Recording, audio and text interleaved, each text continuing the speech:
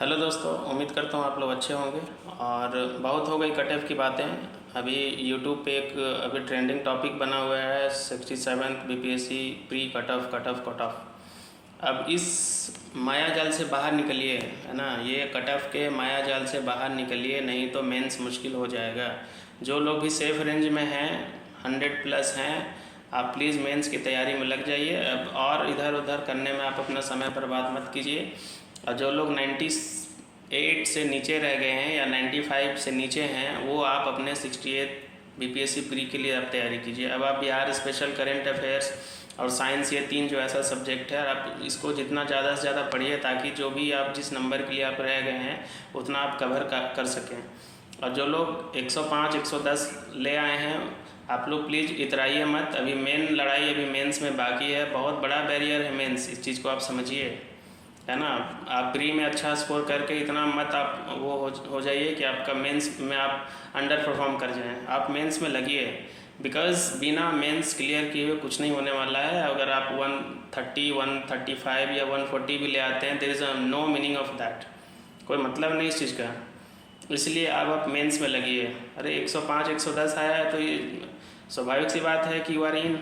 अगर आप इन हैं तो आप क्यों 10 जगह अपना नंबर बता रहे हैं कि मेरा इतना आ रहा है इतना आ रहा है। सीधा आप मेंस का क्वेश्चंस पे जो सिलेबस है उस पर फोकस कीजिए। इतना सारा कुछ पढ़ना है, ज़्यादा समय है नहीं, तो आप मेंस पे फोकस कीजिए।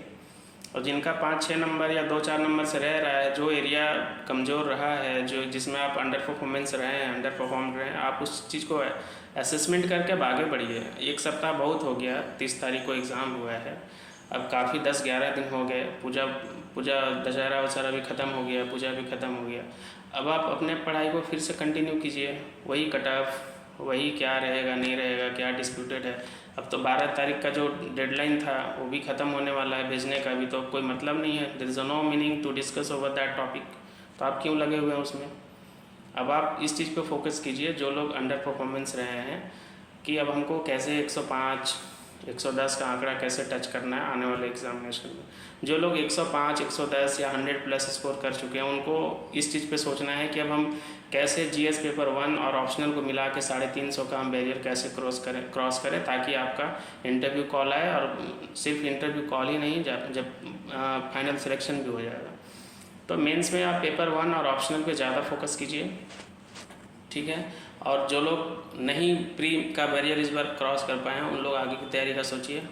और ख़ासकर जिनका भी स्कोर अच्छा बन रहा है प्री में, प्लीज़ आपसे रिक्वेस्ट है कि अब आप और टाइम बर्बाद मत कीजिए, ज़्यादा इतराइए नहीं। बहुत लोगों का मैं देख रहा हूँ कि 110-15 लाए हैं, फिर भी पूछ रहे हैं मेरा होगा कि नहीं हो रहा। क्यों नहीं होगा, क्यों नहीं होगा। अब होगा तो अब आगे मेंस का अच्छे से तैयारी कीजिए। क्यों लगे हुए हैं कि इतना नंबर आया इतना नंबर आया।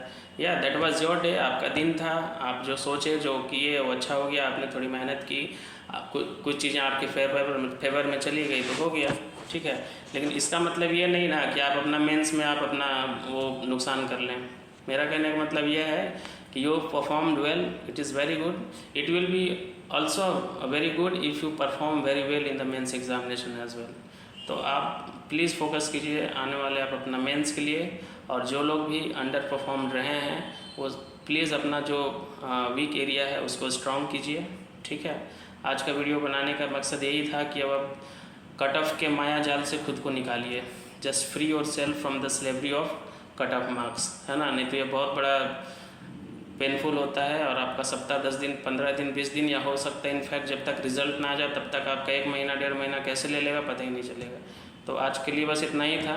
मिलते हैं फिर किसी और नेक्स्ट वीडियो में, तब तक के लिए सबको ऑल द बेस्ट।